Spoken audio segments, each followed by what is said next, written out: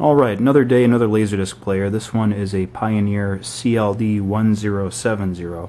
A little bit more basic a unit. It does not have the automatic side A to side B playback. When the first side of the LaserDisc is finished, you have to get off your chair, open the player up, and physically flip the disc over in order to play the second side. And you'll need to anyways. This one does not have a remote that's included with it, although it does have a remote sensor and it does work. I've tested it with a universal, so if you're inclined you can get yourself a universal and this thing should be fine. Little bit more as far as the controls go, at least on the face of the unit with this one. Fortunately, this does have chapter and track skip as well as fast forward rewind on the unit itself, so no problems there. You've got a couple of programming buttons which I might try to play around with once I put a LaserDisc in here, which I may as well do now. So turn it on. You see it's got a nice bright display with your counter and track numbers. So we will eject it and get our disc in. Tray ejects nice and smoothly. I think the belt should be fairly good on that. And in order to close it, this is a little different.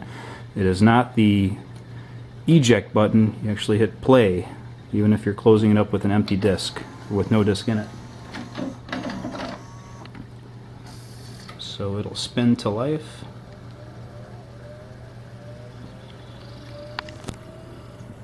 Again, basic controls. You do have a 1/4-inch headphone jack with a level adjustment if you want to use it as a CD player, or if you want to watch a movie with phones, you can do that.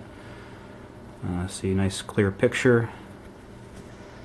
Again, here are these programming buttons. You can do a direct chapter play. If the LaserDisc does feature chapters, some older ones do not. So if you want to just go straight to chapter 6, you press 6. It'll take you right there.